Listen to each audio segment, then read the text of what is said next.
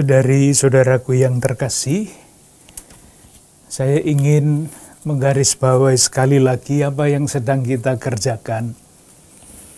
Kita sedang belajar dalam hal pengetahuan tentang kitab suci. Jadi kita belum sampai pada renungan-renungan, pada pesan-pesan iman, hidup rohani, dan sebagainya. Tetapi lebih-lebih tentang pengetahuan. Nanti dengan pengetahuan yang sudah kita letakkan sebagai dasar, kita berharap dapat lebih mudah memahami pesan-pesan firman yang ada di dalam Perjanjian Lama. Yang menjadi pokok perhatian kita adalah satu, sejarah di belakang tulisan-tulisan Perjanjian Lama. Karena sejarah itu bisa menerangkan banyak hal yang terdapat di dalam Perjanjian Lama ini. Yang kedua, nah ini juga penting, bagaimana Allah mewahyukan diri dengan memperhitungkan kemampuan manusia untuk menangkap dan menggunakan sejarah itu untuk menyatakan diri dan kehendaknya. Sehingga kitab suci yang kita punya, Perjanjian Lama khususnya, ini bukan hal-hal yang diturunkan begitu saja dalam arti harafiah, tetapi adalah pernyataan diri Allah sepanjang sejarah. Kalau Perjanjian Lama ya mulai periode Abraham sampai dengan yang terakhir ketika menjelang Perjanjian Baru. Sekali lagi ini penting supaya kalau kita mendengar faham tentang kitab suci yang berbeda, ya memang berbeda, tidak usah dicocok-cocokkan, karena memang pandangan kita, umat Katolik, mengenai kitab suci itu berbeda dengan yang lain-lain. Dan kekhususan itu sudah kita pelajari dulu ketika kita berbicara mengenai konstitusi dogmatis tentang wahyu ilahi. Moga-moga dengan demikian kita bisa mengikuti kenapa yang kita bicarakan kok sejarah dan sebagainya, apa pesan kitab suci belum, kecuali hal-hal yang saya anggap penting di dalam rangka iman akan Yesus Kristus. Kita sampai pada tahap sejarah kerajaan Israel. Masih ingat periode kerajaan itu terbagi menjadi 3. Yang pertama adalah raja-raja pertama, Saul, Daud, Salomo, berakhir tahun 930 sebelum Masehi. Kemudian sesudah Salomo meninggal, kerajaan pecah menjadi 2 tahun 930. Kerajaan bagian utara namanya Israel, kerajaan bagian selatan namanya Yehuda. Kerajaan utara selesai pada tahun 722, ketika ibu kota kerajaan utara, Samaria, dihancurkan oleh Raja Asyur. Periode yang ketiga adalah ketika kerajaan tinggal bagian selatan, yaitu kerajaan Yehuda, mulai tahun 722 nanti sampai dengan Yerusalem dihancurkan pada tahun 587 oleh raja yang lain, oleh kekuatan politik yang lain, yaitu Babilonia. Kita sampai di situ sudah mulai berbicara mengenai raja-raja di Yehuda.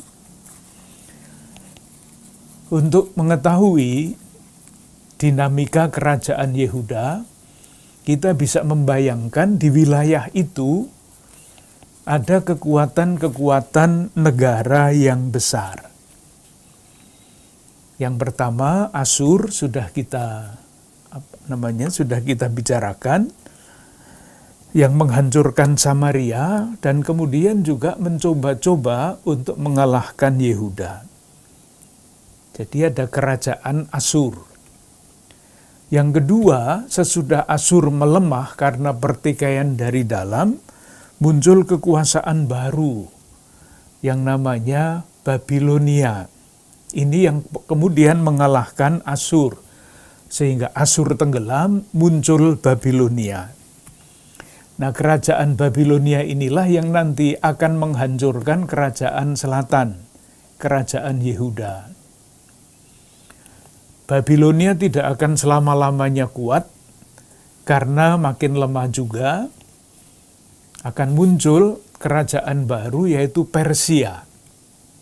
Jadi sekurang-kurangnya 3 nama itu nanti akan ketemu di dalam kitab suci, Asyur, Babilonia, dan Persia. Kita sudah bicara mengenai raja-raja yang penting di Yehuda. Yang pertama adalah Raja Hizkia. Nanti dibaca pada kitab Raja-Raja bab 18. Raja ini bagus, raja ini baik.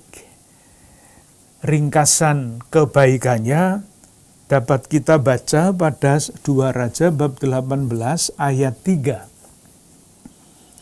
Ia melakukan apa yang benar di mata Tuhan, tepat seperti yang dilakukan Daud bapa leluhurnya. Ringkasan ini berbeda dibandingkan dengan raja-raja yang lain. Karena untuk raja-raja yang lain itu refrainnya adalah ia melakukan apa yang jahat di hadapan Tuhan. Hizkia ini melakukan apa yang baik di hadapan Tuhan. Ayat 5.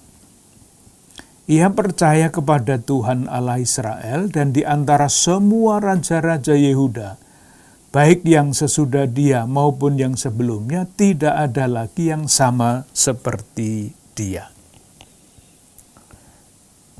Sangat tinggi penghargaan terhadap Hizkia ini. Masalahnya adalah seperti halnya raja-raja yang lain atau pada umumnya kekuasaan itu sering mendorong orang untuk semakin berkuasa lagi. Itulah yang dilakukan juga oleh Hizkia. Apa yang dia lakukan? Ia memberontak terhadap Asyur. Itulah yang dikatakan pada ayat 7. Maka Tuhan menyertai dia kemanapun juga ia pergi berperang. Ia beruntung, ia memberontak kepada Raja Asyur dan tidak lagi takluk kepadanya untuk sementara. Padahal sebetulnya raja ini sudah diingatkan oleh Nabi. Kita masih ingat Nabi yang muncul pada waktu itu adalah Nabi Yesaya. Peringatan itu disampaikan oleh Nabi Yesaya kalau kita membaca Yesaya bab 20. Saya baca ayat 1. Pada tahun ketika panglima yang dikirim oleh Sargon, Raja Asyur, tiba di Asdod, lalu memerangi dan merebutnya. Pada waktu itu berfirmanlah Tuhan melalui Yesaya bin Amos firman-Nya. Dan selanjutnya, ia membuat tindakan simbolik, pergilah, bukalah kain kabung dari pinggangmu, tanggalkanlah kasut dan kakimu. Ini yang namanya perbuatan simbolik Nabi. Seperti kalau para pemimpin negara kita itu kan kadang-kadang membuat tindakan simbolik ya, misalnya melongok ke gorong-gorong di Jalan Sudirman. Itu kan tindakan simbolik. Dia tidak akan masuk dan mengeruk itu, tetapi sekedar mengatakan bahwa ini perlu diperbaiki, pesannya jelas. Demikian juga Yesaya ini membuat tindakan simbolik seperti itu. Ayat 3 itu penjelasannya. Seperti hambaku Yesaya berjalan telanjang dan tidak berkasut 3 tahun lamanya, sebagai tanda dan alamat terhadap Mesir dan terhadap Ethiopia. Demikianlah Raja Asyur akan menggiring orang Mesir sebagai tawanan. Jadi kalau Hizkia memberontak terhadap Asyur, itu yang manas-manasi adalah Mesir. Dan Mesir nanti akan dikalahkan. Hizkia membuat itu. Dan kita semua tahu, tadi kan dikatakan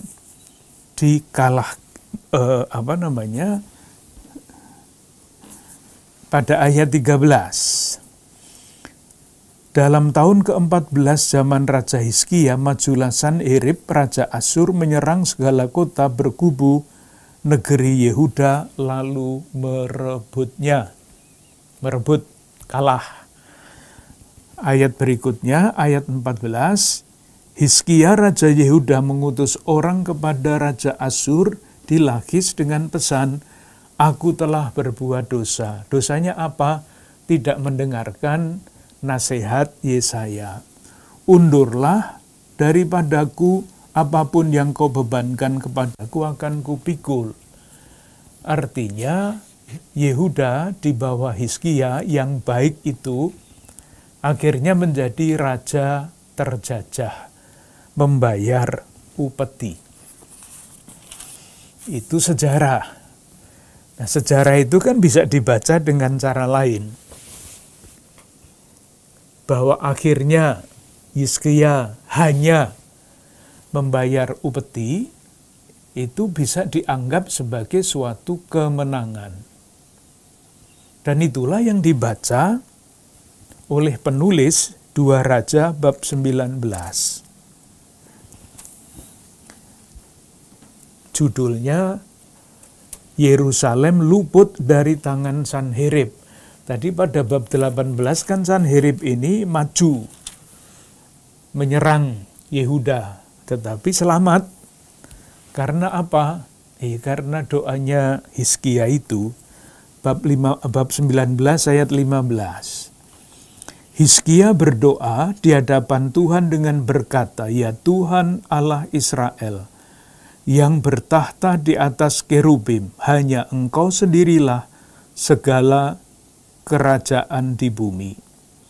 Engkaulah yang menjadikan langit dan bumi. Itu doanya. Jadi ketika diserang oleh Sanherib, cerita awal bab 18 menyerah. Tetapi di sini Hizkia digambarkan berdoa. Doanya diapakan? Ayat 20. Bab 19, lalu Yesaya bin Amos menyuruh orang kepada Hizkia mengatakan, beginilah firman Tuhan Allah Israel, apa yang telah kau doakan kepadaku mengenai Sanherib Raja Asyur telah ku dengar. Doanya didengarkan, ayat 32 sampai 34. Sebab beginilah firman Tuhan mengenai Raja Asyur, ia tidak akan masuk ke kota ini dan tidak akan menembakkan panah ke sana. Ayat 34, dan aku akan memagari kota ini untuk menyelamatkannya, oleh karena aku dan oleh karena Daud hambaku. Jadi dibaca dari 2 Samuel 7 yang terkenal itu, tidak akan Tuhan membiarkan janjinya kepada Daud itu diputus oleh siapapun. Maka kalau Allah campur tangan di sini alasannya adalah oleh karena aku dan oleh karena Daud hambaku. Ingat 2 Samuel bab 7. Apa yang terjadi? Ayat 35 dan selanjutnya. Maka pada malam itu keluarlah malaikat Tuhan, lalu dibunuhnyalah 185.000 orang di dalam perkemahan Asyur. Jadi menurut bab 18, 2 Raja 18, Hizkia itu menyerah. Menurut bab 18 tidak. Jangan bertanya mana yang benar. Yang benar adalah refleksi atas peristiwa itu. Doa Hizkia dikabulkan, janji Allah tidak akan pernah bisa diputus oleh siapapun juga. Itu inti pesannya. Pertemuan yang lalu kita sampai di situ. Sekarang kita lanjutkan. Nama raja-raja beberapa yang penting karena banyak, tetapi tidak usah dibicarakan semua. Sesudah Raja Hizkia muncul raja yang lain, yaitu Manase. 2 Raja bab 21. Judulnya jelas, Manase Raja Yehuda. Tekanan Asyur sesudah Hizkia itu masih sangat besar. Caranya bagaimana Manase ini menghindarkan ancaman politik Raja Asyur? Caranya antara lain menyesuaikan diri. Maksudnya apa?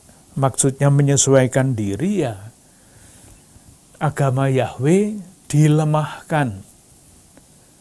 Identitas Israel, keterikatannya pada Yahweh tidak ditampilkan lagi, tidak ditegaskan lagi. Selebihnya agama Asyur yang mengancam secara politik diberi tempat. Agama Kanaan, agama asli diambil. Itu antara lain cara Manase meredakan sedikit ancaman dari Asyur. Lihat, politik agama sudah ada sejak zaman dulu. Agama digunakan untuk kepentingan politik. Raja ini sangat jahat. Menurut siapa ya? Menurut kitab kedua raja ini. Silakan melihat 1-2 ayat. 2 Raja bab 21 ayat 1. Itu referennya. Ia melakukan apa yang jahat di mata Tuhan sesuai dengan perbuatan keji bangsa-bangsa yang telah dihalau Tuhan dari depan orang Israel. Apa yang jahat itu? Ayat 3. Ia mendirikan kembali bukit-bukit pengorbanan yang telah dimusnahkan oleh Hizkia ayahnya. Ayat 6, bahkan ia mempersembahkan anaknya sendiri sebagai korban dalam api, melakukan ramal dan telaah dan selanjutnya. Ayat 17, selebihnya dari riwayat Manase, segala yang dilakukannya dan dosa-dosa yang diperbuatnya, bukankah semuanya itu tertulis dalam kitab sejarah Raja-Raja Yehuda? Ini kitab sejarah Raja-Raja Yehuda. Itu maksudnya adalah kronik kerajaan. Seperti halnya kerajaan-kerajaan pada umumnya mempunyai catatan sejarahnya, rupa-rupanya raja-raja yang manapun sejarahnya juga dicatat. Sesudah Manase, raja yang sangat jahat itu, muncullah Raja Yosia yang diceritakan pada 2 Raja bab 22. Ketika dia diangkat atau ditunjuk menjadi raja, usianya masih 8 tahun, anak-anak.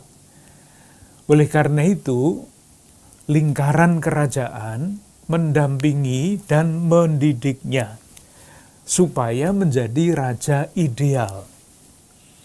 Dan jadilah Yosia ini raja ideal. Itulah yang dikatakan misalnya pada bab 22, 2 Raja ayat 2. Ia melakukan apa yang benar di mata Tuhan dan hidup sama seperti Daud bapa leluhurnya dan tidak menyimpang ke kanan atau ke kiri. Masih ada ayat yang lebih dahsyat daripada itu untuk menampilkan Yosia sebagai raja ideal. Bab 23 ayat 25.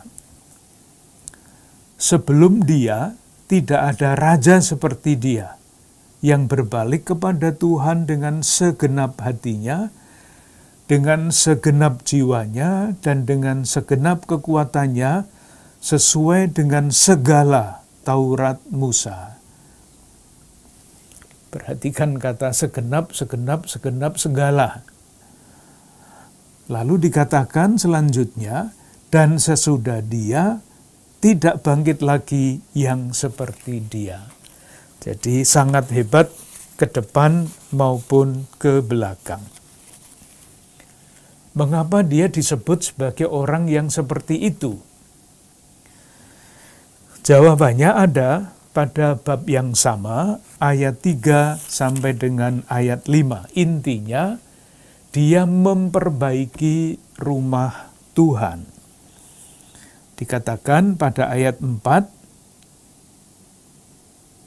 pergilah, dikatakan kepada seorang panitera kerajaan, juru tulis kerajaan, pergilah kepada imam besar Hilkia, suruhlah ia menyerahkan seluruh uang yang telah dibawa ke dalam rumah Tuhan. Kumpulkan uang untuk apa? Bagian ayat 5 paling belakang, supaya diberikan kepada tukang-tukang yang ada di rumah Tuhan untuk memperbaiki kerusakan rumah itu. Pertama, dia memperbaiki rumah Tuhan. Tetapi bukan itu yang membuat dia istimewa. Yang membuat dia istimewa mulai dari ayat 8. Berkatalah imam besar Hilkia kepada Safan panitera itu, telah kutemukan kitab Taurat itu di dalam rumah Tuhan. Jadi bagaimana? Ketika rumah Tuhan itu diperbaiki, Hilkia, imam di tempat itu, menemukan kitab Taurat. Menemukan kitab Taurat. Nanti akan kita lihat dari mana kitab Taurat yang ditemukan ketika rumah Tuhan itu diperbaiki. Nanti akan diulang mungkin. Ceritanya begini. Tahun 722, ingat ya, Samaria dihancurkan, termasuk tempat ibadahnya. Rupa-rupanya karena tidak bisa dibuktikan dengan data-data sejarah. Rupa-rupanya orang-orang bijaksana, imam-imam, entah siapa, yang sungguh ingin berpegang pada perjanjian Sinai, membawa Taurat Musa yang ada di utara kerajaan Israel, dibawa mengungsi, melarikan diri ke selatan. Dari kerajaan Israel yang dihancur leburkan, mereka lari sambil membawa naskah ini. Naskah ini ada di Bait Suci di Yerusalem dan ditemukan pada zaman Yosia menjadi raja. Nah, atas dasar inilah Yosia melakukan pembaharuan kehidupan agama Yahweh. Karena pembaharuan inilah yang akibatnya nanti panjang. Raja Yosia ini disebut sebagai raja yang sangat istimewa. Pembaharuannya diceritakan di mana? Ini mesti dibaca agak lengkap. Bab 23, 2 Raja bab 23, ayat 1 sampai 4. Nanti dibaca yang selanjutnya, dibaca sendiri. Ayat 23. Sesudah itu, artinya sesudah diberitahu bahwa ada ditemukan Taurat di tempat ibadah, sesudah itu Raja menyuruh orang mengumpulkan semua tua-tua Yehuda di Yerusalem. Kemudian pergilah Raja ke rumah Tuhan, dan bersama-sama dia semua orang Yehuda, semua penduduk Yerusalem, para imam, para nabi, dan seluruh orang awam, dari yang kecil sampai yang besar. Itu artinya seluruh kerajaan Yehuda dibawa. Apa yang dikatakan dengan didengar mereka, ia membacakan segala perkataan dari kitab perjanjian yang ditemukan di rumah Tuhan itu. Sesudah itu berdirilah raja dekat tiang, dan diadakannya perjanjian di hadapan Tuhan untuk hidup dengan mengikuti Tuhan dan tetap menuruti perintah-perintahnya, peraturan-peraturannya, ketetapan-ketetapannya dengan segenap hati, dengan segenap jiwa, dan untuk menepati perkataan perjanjian yang tertulis dalam kitab itu, dan seluruh rakyat turut mendukung perjanjian itu. Jadi ditemukan kembali Taurat Musa, yang entah bagaimana itu hilang atau terselip entah apa. Nah, ketika itu ditemukan, Taurat Musa dalam tanda petik ya, belum seperti yang sekarang kita punya, dijadikan dasar pembaharuan hidup keagamaan iman akan Yahweh. Ayat 4, Raja memberi perintah kepada imam besar Hilkia dan kepada para imam tingkat 2 dan kepada para penjaga pintu untuk mengeluarkan dari bait Tuhan segala perkakas yang telah dibuat untuk Baal dan Aserah dan untuk segala tentara langit. Lalu dibakarnyalah semuanya itu di luar kota Yerusalem dan selanjutnya. Itu pembaharuan yang dilakukan oleh Yosia. Mana Taurat itu? Apakah ada tanda petik, sisa-sisanya di dalam kitab suci Perjanjian Lama? Ada. Kita ikut saja apa yang dipikirkan dan sudah diselidiki oleh para ahli.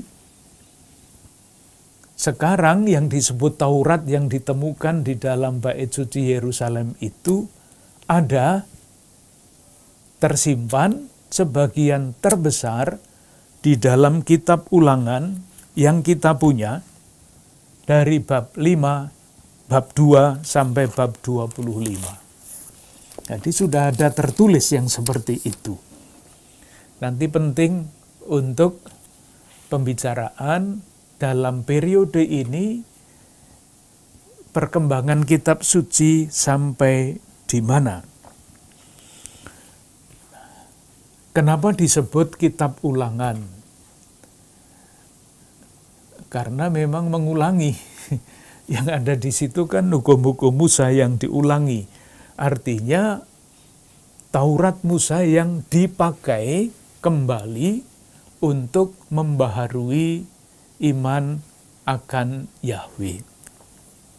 Tetapi meskipun kelihatannya pembaharuan itu dikerjakan besar-besaran, tadi kan menyangkut seluruh penduduk Yehuda, imam, nabi, dan sebagainya semua. Apakah berhasil? Nah, itulah yang dikatakan oleh siapa? Oleh Nabi Yeremia. Rupa-rupanya meskipun pembaharuan itu sungguh besar-besaran, tetapi tidak seluruhnya berhasil. Karena apa? Yaitu karena watak orang-orang Yehuda sendiri, watak orang-orang kerajaan sendiri. Itulah yang diungkapkan oleh Nabi Yeremia pada bab 13 ayat 23 kitab Nabi Yeremia. Itu sangat menusuk hati sebetulnya. Menohok maksud saya. Kita baca. Dapatkah orang Ethiopia mengganti kulitnya? Atau macan tutul mengubah belangnya? Jawabannya kan tidak bisa. Lalu, masakan kamu dapat berbuat baik, hai orang-orang yang membiasakan diri berbuat jahat? Di tengah-tengah pembaruan yang besar-besaran itu ada situasi seperti itu. Akhirnya Yosia ini gugur di dalam peperangan melawan Mesir. Kenapa ada perang melawan Mesir? Kita lihat saja di mana itu dikatakan. Bab 23, kitab 2 Raja, ayat 29 dan selanjutnya. Dalam zamannya itu majulah Firaun Neko, Raja Mesir, melawan Raja Asyur di tepi sungai Efrat. Jadi ini ada Mesir, ada Asyur. Lalu dikatakan Raja Yosia pergi menghadapi dia, tetapi Firaun membunuhnya di Megido segera sesudah ia melihatnya. Jadi di dalam peta geopolitik pada waktu itu, tadi sudah disebut ada Asyur, ada Babilonia, kemudian ada Persia, tetapi juga ada Mesir ini yang tidak mau diganggu-ganggu oleh kerajaan-kerajaan di utara sekitar Babilonia. Seringkali Mesir ini menggunakan Yehuda untuk memancing di air keruh. Itulah sebabnya Yosia terlibat di dalam konflik itu dan akhirnya dia wafat dalam peperangan melawan Mesir. Itu terjadi sekitar tahun 609 sebelum Masehi. Jadi raja yang sangat baik itu akhirnya gugur. Sesudah Yosia, siapa yang menjadi raja? Ayat 23, bab 23, ayat 36 dan selanjutnya. Yoyakim, Raja Yehuda. Yoyakim. Ketika Yoyakim menjadi raja, pembaharuan religius yang didorong, dikembangkan oleh Yosia ini dihentikan. Oleh karena itu, Raja Yoyakim pakai akhiran M. Nanti ada yang sesudah dia, ada yang Yoyakin, pakai akhiran N. Nama-namanya pasti akan dilupakan, tidak penting. Tetapi yang penting adalah ini, bahwa pembaharuan Yosia dihentikan. Dan oleh karena itu,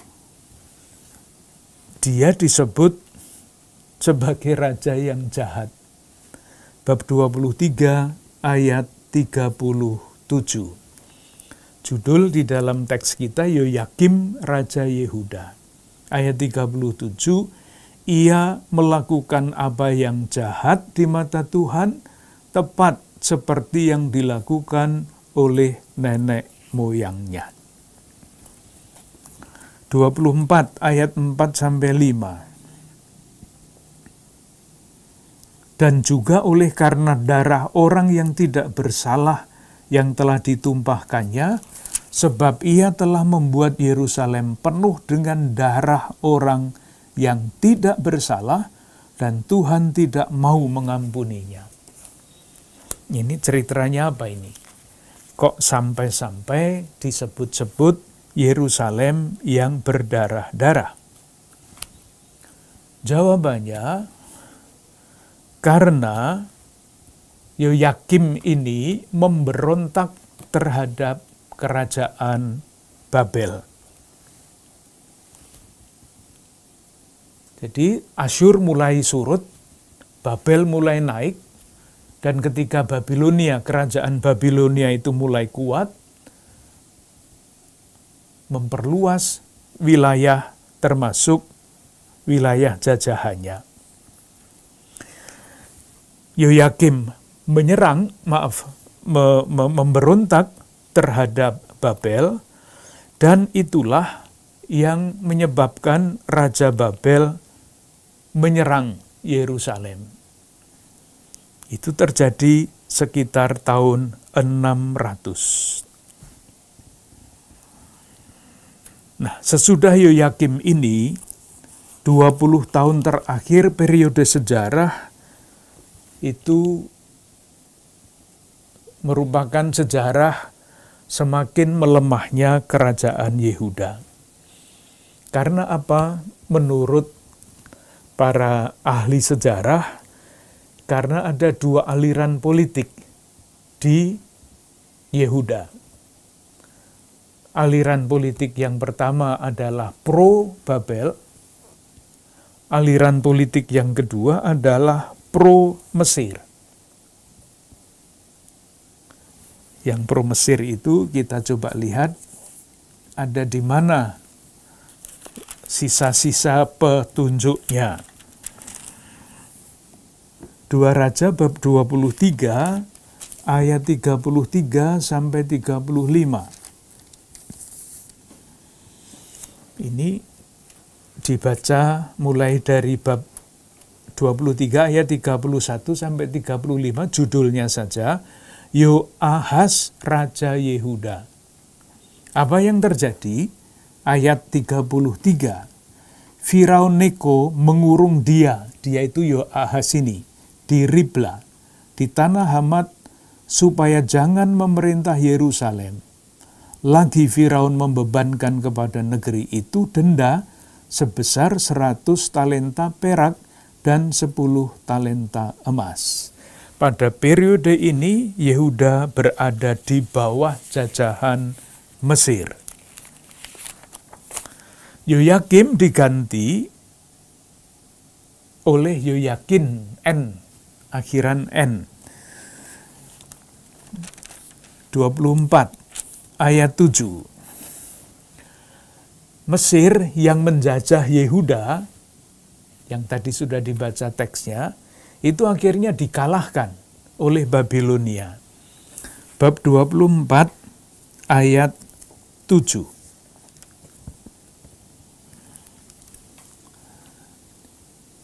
Raja Mesir tidak lagi keluar berperang dari negerinya, sebab Raja Babel telah merebut segala yang termasuk wilayah Raja Mesir, mulai dari sungai Mesir sampai sungai Efrat.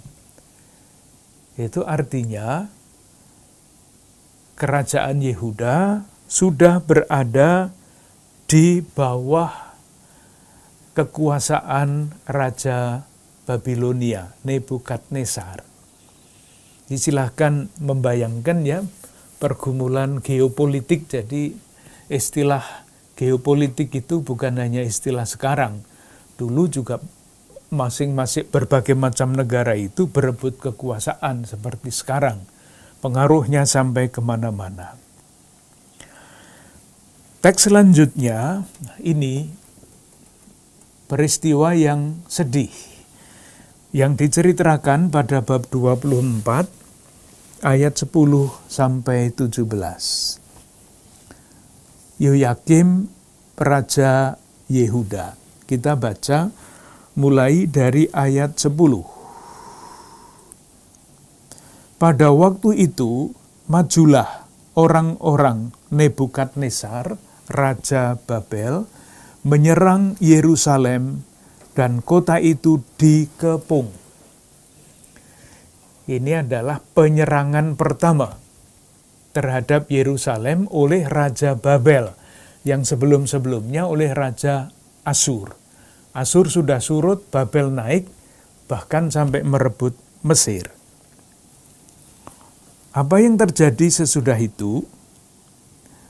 Pada ayat 12. Lalu keluarlah Yoyakin, Raja Yehuda, mendapatkan Raja Babel, ia sendiri, ibunya, pegawainya, pembesarnya, dan pegawai-pegawai istana. Raja Babel menangkap dia pada tahun yang ke-8 dari pemerintahannya. Ia mengeluarkan dari sana segala barang perbendaharaan rumah Tuhan. Ayat 14, ia mengangkut seluruh penduduk Yerusalem ke dalam pembuangan. Ayat 17, kemudian Raja Babel mengangkat Matanya, paman Yoyakin, menjadi raja, menggantikan dia dan menukar namanya menjadi Sedekia. Jadi silahkan membayangkan ya, keadaan bangsa-bangsa yang naik surut, sekarang Babel yang naik. Babel menyerang Yerusalem, ini terjadi pada tahun 597, yang disebut pembuangan yang pertama. 2 Raja bab 24 ayat 14, ia mengangkut seluruh penduduk Yerusalem ke dalam pembuangan.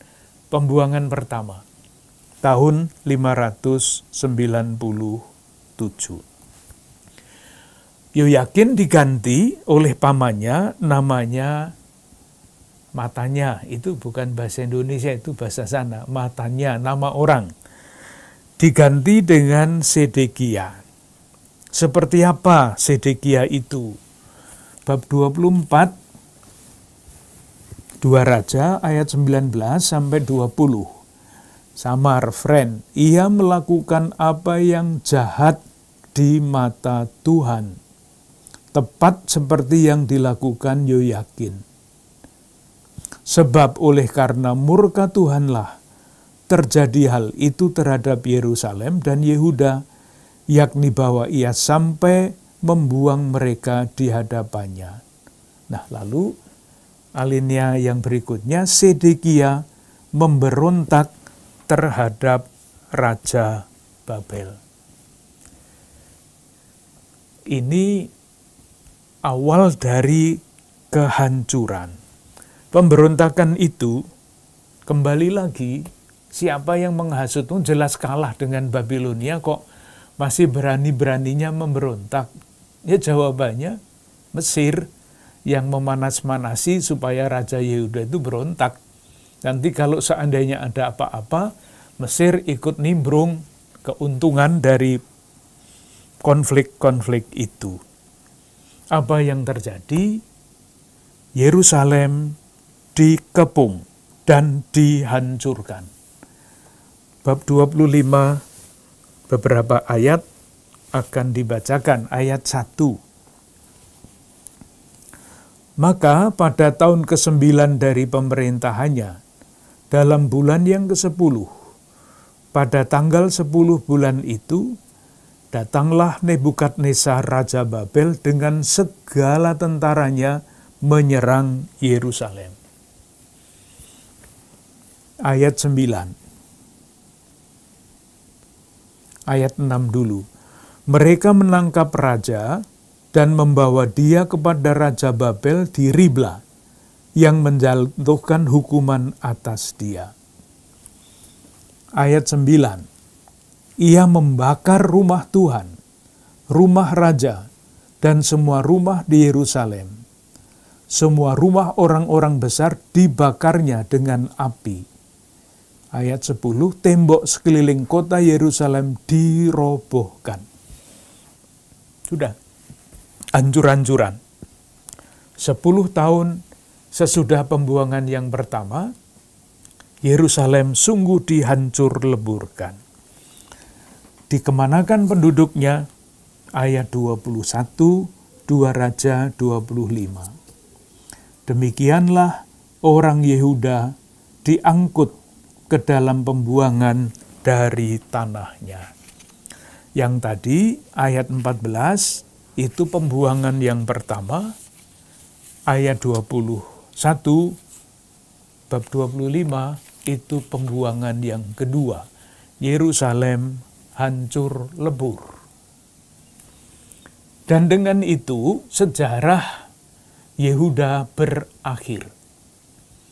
Jadi kerajaan utara Samaria berakhir pada tahun 722, kerajaan selatan berakhir tahun 587.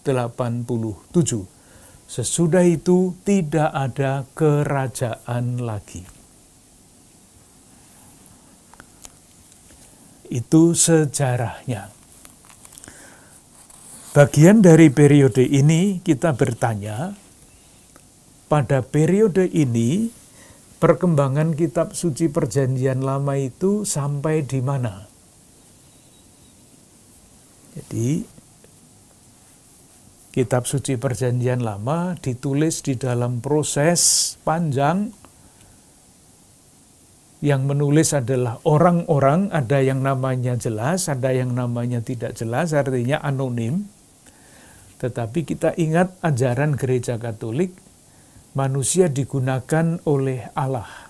Maka dalam proses sejarah ini, Tuhan memilih orang-orang tertentu untuk menyampaikan firman-Nya. Nah, pada periode ini, sampai di mana penulisan kitab suci itu? Kita coba lihat.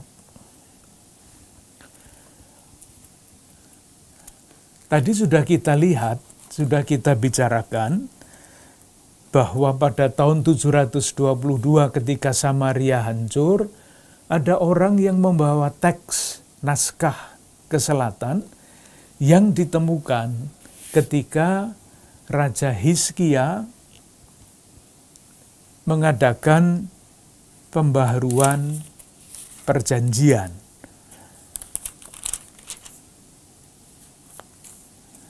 Maaf, bukan Hizkia tetapi Yosia. Nah, oleh para peneliti sejarah perkembangan kitab suci, inilah yang disebut naskah yang sudah pernah kita bicarakan juga sebelumnya, dari tradisi E. Kenapa E?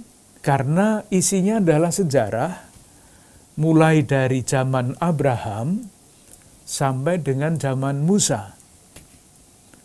Dan di dalam tulisan itu, nama yang dipakai oleh Allah, untuk Allah adalah Elohim, E. Maka untuk memudahkan pembicaraan, para penafsir kitab suci menyebut bagian itu, bahan itu adalah naskah E. Ternyata untuk bahan yang sama ada naskah lain yang menceritakan sejarah yang sama, tetapi nama yang dipakai untuk Allah itu bukan Elohim, tetapi namanya Yahweh. Jadi nama Allah kan sekurang-kurangnya ada, yang paling pokok kan ada dua ya, Elohim, lalu sesudah peristiwa pembebasan dari Mesir muncul nama baru, Yahweh.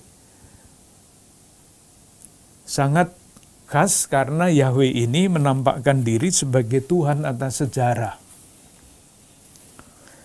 Nah, karena ada dua naskah, maka inilah hipotese yang disimpulkan oleh para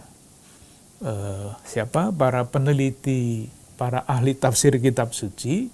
Pada periode ini, dua naskah mengenai hal yang mirip-mirip, berbeda di dalam penyebutan nama Allah, dijadikan satu.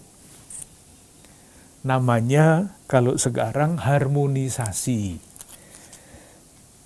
Jadilah naskah yang namanya kombinasi antara tradisi E dan tradisi Y, itu simbolnya YE.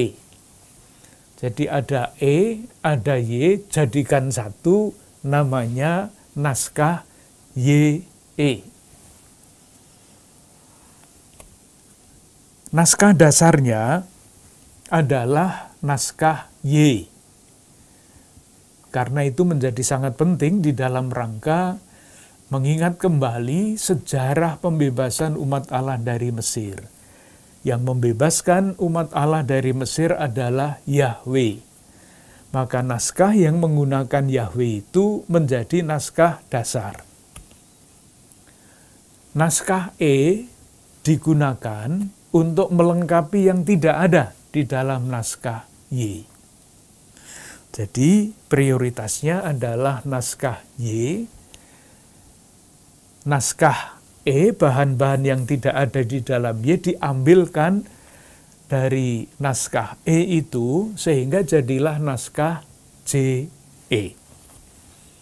Nah, sesudah naskah ini ada, silakan membayangkan ini semua dikerjakan oleh orang-orang pandai ya, oleh orang-orang kerajaan, panitera-panitera, dan yang tadi disebut misalnya imam besar dari Kenisah dan sebagainya, orang-orang hebat itu.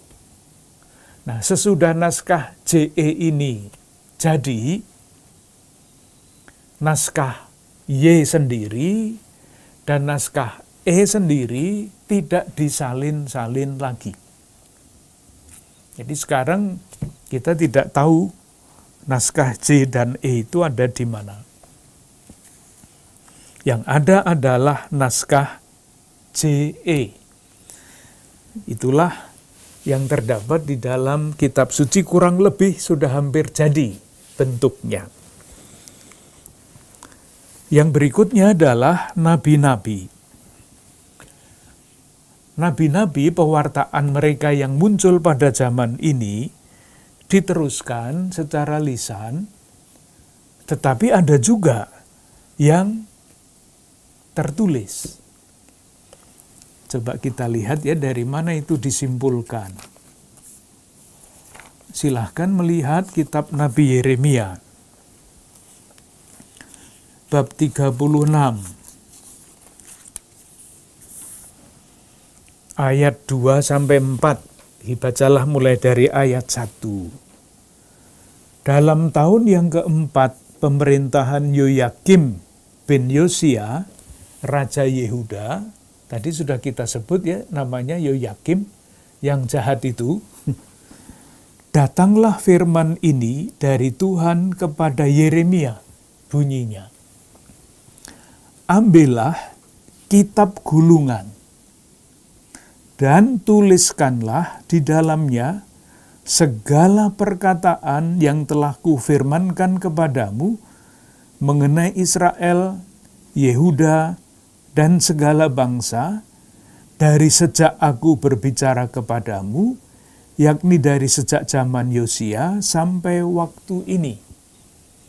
Zaman Yosia. Ingat, nanti ini akan menjadi salah satu batas di dalam penulisan sejarah. Zaman Yosia ketika dia membuat pembaharuan religius. Lalu ayat 4.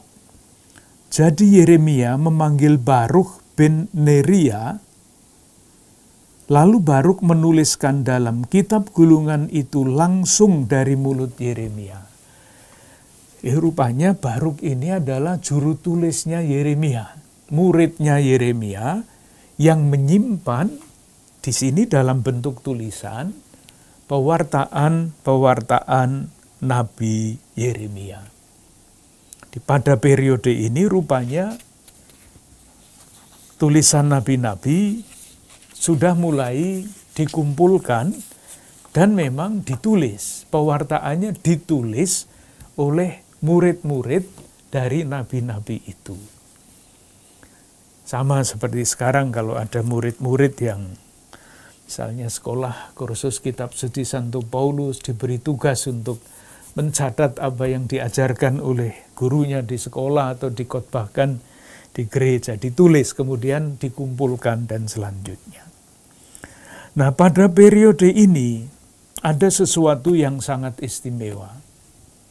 Ketika pewartaan nabi-nabi mulai ditulis dan kemudian bukan hanya ditulis lurus-lurus, tetapi diedit. Apa maksudnya? Sekali lagi ini sangat penting untuk perkembangan betapa firman itu bertumbuh. Daripada menjelaskan, saya beri contoh ini saja. Misalnya, Amos dan Hosea, kita masih ingat ya, dua nabi itu diutus kemana? Ke kerajaan Israel, utara. Jadi pewartaannya pada awal mula itu menyangkut kerajaan Israel saja. Tidak lebih, tidak kurang. Karena apa? Pewartaannya kontekstual. Ketika kerajaan utara menjadi makmur, lupa akan aslinya, akan Yahweh, dikritik. Demikian juga Hosea, yang tidak bisa memahami kenapa Israel yang sejak kecil dicintai oleh Tuhan begitu berat, begitu besar, tega-teganya mengkhianati. Jadi intinya Amos dan Hosea mestinya di dalam tulisan yang kita punya sekarang, kalau asli-asli, itu ya hanya bicara tentang kerajaan utara, tidak lebih dari itu. Tetapi apa yang kita punya sekarang di dalam teks kita coba diperiksa. Misalnya, kitab Amos, bab 6, ayat 1. Celakalah atas orang-orang yang merasa aman di Sion. Sion itu di mana? Sion itu Yerusalem, kerajaan selatan. Atas orang-orang yang merasa tenteram di gunung Samaria. Samaria itu di utara. Tempat Amos menjalankan perutusannya. Semestinya Amos tidak bicara tentang Sion. Itu bukan wilayah kerjanya, katakanlah. Wilayah kerjanya adalah Samaria. Lah kok masuk sekarang Sion? Itu persis yang tadi saya katakan sangat penting. Ternyata pewartaan Nabi yang semula hanya berlaku di utara, dalam perjalanan waktu dianggap penting juga di selatan. Jadi makna atau relevansi pesan Nabi itu semakin lama semakin luas. Mirip-mirip dengan yang kita pelajari dalam Perjanjian Baru, surat-surat Paulus. Surat Paulus itu kan dulu ditujukan kepada orang Roma, orang Korintus, orang mana lagi. Tapi kan kemudian dibacakan juga di tempat lain. Dan sekarang menjadi bacaan kita, menjadi universal. Itulah cara Tuhan menyampaikan kehendaknya. Mulai dari lokalitas tertentu, dalam zaman tertentu, dalam perjalanan waktu firman Tuhan itu tersebar dan berlaku di mana-mana. Satu lagi, itu Amos. Nah, temannya yang bekerja di utara adalah Hosea. Hosea yang mana? Bab 5 ayat 5. Sama, yang semula hanya berlaku di utara, sekarang diberlakukan juga di selatan. Hosea bab 5 ayat 5. Kecongkaan Israel menjadi saksi terhadap dirinya sendiri. Israel, kerajaan utara. Efraim akan tergelincir, jatuh oleh kesalahannya sendiri. Dan bersama-sama mereka juga Yehuda. Yehuda waktu itu belum jatuh. Tetapi sudah disebut di sini, karena dalam perjalanan sejarah, Yehuda tidak belajar dari pengalaman kerajaan Israel yang tidak setia dan macam-macam, maka dihancurkan. Sehingga warta yang untuk Israel berlaku juga untuk Yehuda. Satu lagi, bahkan ada sisipan khusus yang semestinya tidak menjadi wilayah Amos. Bab 2 ayat 4-5. Bab 2 ayat 4-5. Judulnya kan hukuman atas Yehuda. Amos tidak mewartakan hukuman untuk Yehuda, yang dia wartakan adalah hukuman untuk Israel. Hukuman atas Yehuda, beginilah firman Tuhan. Bab 2 ayat 4-5. Mirip-mirip, yang diganti hanya namanya. Israel diganti Yehuda. Karena 3 perbuatan jahat Yehuda, bahkan 4. Di bawahnya ayat 6, karena 3 perbuatan jahat Israel, bahkan 4. Kembali ke ayat 4. Ayat 4. Aku tidak akan menarik kembali keputusanku. Sama, persis. Hanya namanya yang diganti. Semula untuk Israel, dalam perjalanan waktu untuk Yehuda juga. Jadi yang paling penting, yang sangat konkret, bagaimana ilham, bagaimana Allah itu menggunakan manusia bekerja di dalam sejarah menyampaikan firman kehendak-Nya. Yang dulu hanya untuk Israel, pada tahap itu sudah berlaku untuk Yehuda. Dan nanti selanjutnya berlaku untuk semua sepanjang segala masa. Nah, kalau sudah sepanjang segala masa, kita harus berhenti. Kita lanjutkan pada perjumpaan berikutnya. Terima kasih.